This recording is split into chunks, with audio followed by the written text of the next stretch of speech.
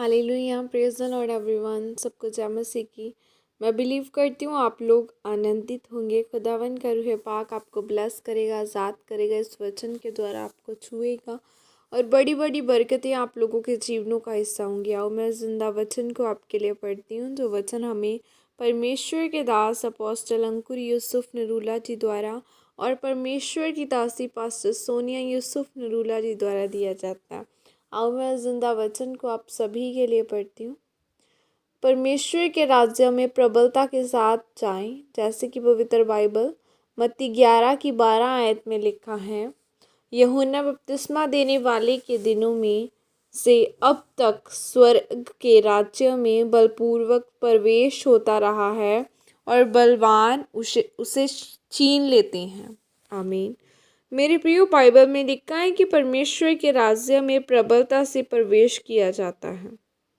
आपको अपने उद्धार में भी बने रहने के लिए जोर लगाना पड़ता है। आपको चंगाई आशीष लेने के लिए भी जोर लगाना पड़ता है, क्योंकि वह आपको अपने आप नहीं मिलती। जैसे जब एक छोटे बच्चे को भूख लगती है तो वह अपनी ज़रूरतों को रो रो कर बताता है, यानी वह हर एक चीज़ को प्रबलता से बताता है। जब आप दुष्ट आत्मा निकालते हैं तो आप उसे आराम से या भाई कहकर नहीं निकालते, बल्कि आप उसे डांट कर निकालते हैं और वह आपकी डांट को समझ कर निकल जाता है। जिस चीज़ में आप जोर नहीं लगाएंगे तो वह चीज़ कभी भी फलवंत नहीं होगी। और क्योंकि अगर आप आराम से बैठे हैं तो फिर परमेश्वर भी आराम से बैठा है। जब आप 12 साल की लहू बहने वाली औरत के बारे में पढ़ते हैं तो 12 साल की लहू बहने वाली औरत अपने घर में नहीं बैठी रही कि काश प्रभु यीशु इस रास्ते से चले जाएं, या मैं बीमार हूँ, मैं चल नहीं सकती हूँ, लेकिन वह गई और उसने यीशु मसीह के पलड़े को छुआ। जबकि प्रभु यीशु मसीह को छूना आम व्यक्ति के लिए मुश्किल था और बीमार व्यक्ति के लिए बिल्कुल ही असंभव था, लेकिन फिर भी वह गई और चंगाई को प्राप्त किया। वह प्रबलता से परमेश्वर के राज्य में उसने प्रवेश हुई। मेरे प्रियो, हर चीज़ का एक मूल्य है जो महंगी और अच्छी है। आपको उसे लेने के लिए मूल्य अदा करना पड़ता है, क्योंकि जिस चीज़ के लिए आप अपना मूल्य अदा नहीं करेंगे, आप अपनी लाइफ में उसके लिए जोर नहीं लगाएंगे, फिर आपके जीवन में कभी भी आशीषें नहीं आ सकती। आपको प्रार्थना करने के लिए भी जोर लगाना पड़ता है। आप जैसे ही प्रार्थना करना शुरू करते हैं, आपको कई तरह की रुकावटों का सामना करना पड़ता है। लेकिन ऐसा क्यों? क्योंकि शैतान जानता है कि आप कुछ ऐसा करने जा रहे हैं जो उसके राज्य को प्रभावित करेगा। इसीलिए मेरे प्रियो, अगर आप परमेश्वर से आशीषों को लेना चाहते हैं तो आपको परमेश्वर के राज्य में जोर के साथ, प्रबलता के साथ प्रवेश करना होगा। तब आप परमेश्वर के राज्य में प्रवेश करेंगे। आमीन। और यह प्रार्थना आपके द्वारा की जाए। सर्वशक्तिमान परमेश्वर, इस वचन के लिए पिता मैं आपका धन्यवाद करती हूँ और मैं यह प्रार्थना करती हूँ पिता कि मैं परमेश्वर में हर प्रकार की रुकावटों से निकलकर आपके कामों को करती हुई आपके राज्य में प्रवेश करूंगी। प्रभु यीशु मसीह के सामर्थ्य नाम में मांगती हूँ। आमीन, आमीन, हालेलुया। आपको बाइबल कहती है कि आपको अगर खुदावन के राज्य में प्रवेश करना है तो आपको बलपूर्वक करना होगा। और इस दुनिया पे इत्तेफाक, बाइबल में इत्तेफाक नाम की कोई भी चीज़ नहीं है कि सब कुछ अपने आप हो जाएगा।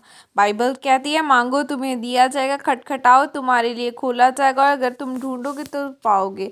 सो आपको खुदावन के आगे जाना है, परमेश्वर से मांगना है। अगर आपने बाइबल भी पढ़नी है तो भी मांगना है, खुदावन मेरी बुद्धि को खोल कि मैं इस वचन को पढ़ सकूं, इसे समझ सकूं और तेरे वचनों पर चल सकूं। पहली प्रार्थना आपकी वचन के द्वारा होनी चाहिए, फिर वचनों में से प्रेयर करनी है, फिर उसके बाद खुदावन के आगे जाना है, खुदावन से पापों की, अपने गुनाहों की क्षमा को मांगना है। और चौथे नंबर पर आपकी प्रार्थना गैर भाषा में प्रार्थना होनी चाहिए, क्योंकि बाइबल कहती है कि जब आप गैर भाषा में प्रार्थना करते हैं तो आप खुदावन से बातें करते हैं। सो आपको सबसे पहले 4 पॉइंट्स में आपको सिर्फ खुदावन के राज्य के लिए, उसकी महिमा के लिए, उसके कामों के लिए मांगना है कि खुदावन हमें तेरे कार्य करने हैं, हमें तेरे काम करने हैं, हमारी बुलाहट क्या है हम पर जाहिर कर, बाइबल का वचन क्या कहता है, गैर भाषा में प्रार्थनाएं करते जाना है।